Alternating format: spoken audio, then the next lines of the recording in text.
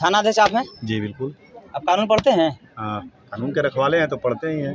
अब हमको लगता है कि आपसे बड़का मूर्ख कोई थाना अध्यक्ष पूरे भारत में नहीं हो, इसका सबूत हम लेकर आए हैं। SC/ST एक्ट में जिस केस में 103 लगेगा, उसमें सिर्फ 3 का 2 का भी लगेगा।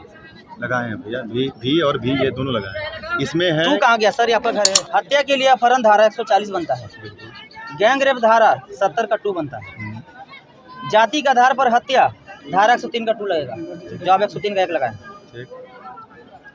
लाश को गायब कर साक्ष्य छुपाना धारा 238 लगता है। एक वीडियो आपने देखा होगा, इस वीडियो का हम जिक्र इसलिए कर रहे हैं कि जो व्यक्ति जहां जाता था वहां ताला लगाया करता था, जो व्यक्ति जाता था न्याय की गुहार लगाया करता था, न्याय मिलता भी था। कुछ लोग कहते थे कि कानून के विरोध है, तो कुछ लोग कहते थे कि मतलब इस तरह। मैं माना गोल्डन दास की जो बोलने का तरीका था ये सही नहीं था। किसी को कानून के भाषा में समझाइए।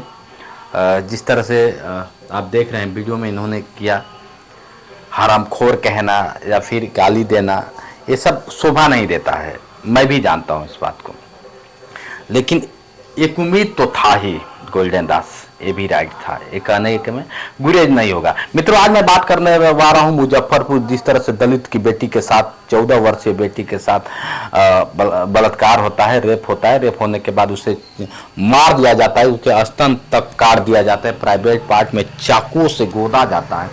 कितनी निंदनीय घटना है। आज तो दिख रहा है कि गोल्डन दास के समर्थक या फिर कुछ लोगों ने गलत किया। मैं माना कि कुछ राजनेता हैं जो जाते हैं रोटियां सेकने के लिए, किसी का मतलब ये नहीं करते हैं, तो ये कितना सत्य है आप लोग कमेंट करके बताइएगा। जिस तरह से इस वीडियो में दिखाया जा रहा है कि गोल्डन दास सबक सिखा रहे हैं, कानून से सबक सिखा रहे हैं कि नहीं, कानून की पढ़ाई आपने पढ़ा नहीं है। हालांकि पुलिस वाले भी कहते हैं कि नहीं, मैं कानून का रखवाला हूं तो मुझे कानून की जानकारी है, ऐसा नहीं है कि नहीं है। लेकिन हाँ, मिलने के बाद वहां मुजफ्फरपुर जाना, हालांकि मामला ऐसा नहीं कि पप्पू यादव जी गए तो मामला कुछ साल था, ऐसा नहीं कि साल नहीं हो रहा था, ये भी था, लेकिन कुछ चीजें और है। बिन किसी चीज की जानकारी किए हुए, बिना किसी चीज की पुष्टि किए अगर हम जाते हैं तो गुनहगार हम भी हैं, ये राइट है, इसको बताने की बात नहीं। जिस तरह से गोल्डन दास और गोल्डन दास के लोगों को गिरफ्तार कर लिया गया है, क्या लगता है कि पूरी जानकारी सच में थी या नहीं थी इनको, या फिर किसी के दबाव में आकर कह रहे हैं कि नहीं, मुझे पूरी किसी बात की जानकारी नहीं थी, जैसे इस वीडियो में कह रहे हैं। इस वीडियो को आप लोग देखिए, उसके बाद बात करते हैं।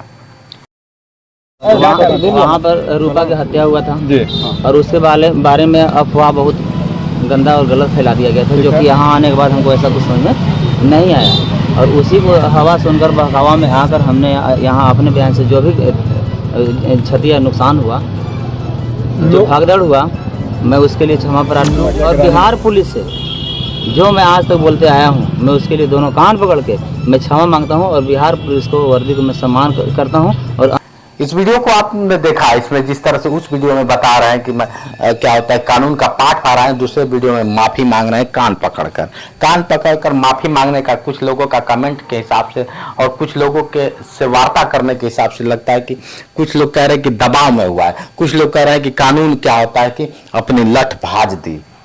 ये कितना सत्य है आप लोग जानते हैं। मुजफ्फरपुर की जिस तरह से घटना आज चर्चा का विषय बना हुआ है मित्रों, कहीं ना कहीं ये चर्चा का विषय इसलिए बना हुआ है कि दलित की बेटी थी, कहीं ना कहीं चर्चा इसलिए बना हुआ है कि क्या होता है कि उस पे दलित के बेटी के साथ क्या क्या अपहरण होता है, बलात्कार होता है, बलात्कार होने के बाद उसे मार दिया जाता है, चर्चा इसलिए बना हुआ है। कुछ लोग तो क्या होता है, रोटियां सेकने, सत्य है कि कुछ लोग दुख में भी रोटी सेकने जाते हैं। दलित की बेटी थी, दलित की बेटी थी, दलित की बेटी थी, सही है, दलित की बेटी थी, मैं जानता हूं, लेकिन दलित के बेटी के साथ जिस तरह से होता है, गंदा होता है। अब दलित के रखवाले कहे जाते हैं, गोल्डन दास जैसे लोग, भीम आर्मी जैसे लोग, तमाम लोग कहते हैं कि क्या होता है कि दलितों के रखवाले हैं। अगर ये लोग जाते हैं तो अपनी कानून की पाठ पढ़ाते हैं। क्या आपको लगता है कि ये जो पाठ पढ़ा रहे हैं सही है या गलत है? कमेंट करके बताइए। जो कभी झुकता नहीं था, जो कभी रुकता नहीं था, जो किसी के सामने इस तरह से वार्ता नहीं करता था, आज कान पकड़ के माफी मांग रहा है, वजह क्या है? इसे आप क्या समझ रहे हैं? दबाव समझ रहे हैं या कि कानून की सारी चीजें इनको समझ में आ गया, या फिर अपनी औकात में आ गए? जिस संविधान से मारने की बात करते हैं, आखिर उस संविधान के आगे क्यों झुकना पड़ा, आप लोग कमेंट करके बताइए। और पुलिस ने इनको झुका दिया, संविधान को भी झुका दिया जो संविधान को मानते थे, और इनको भी झुका दिया।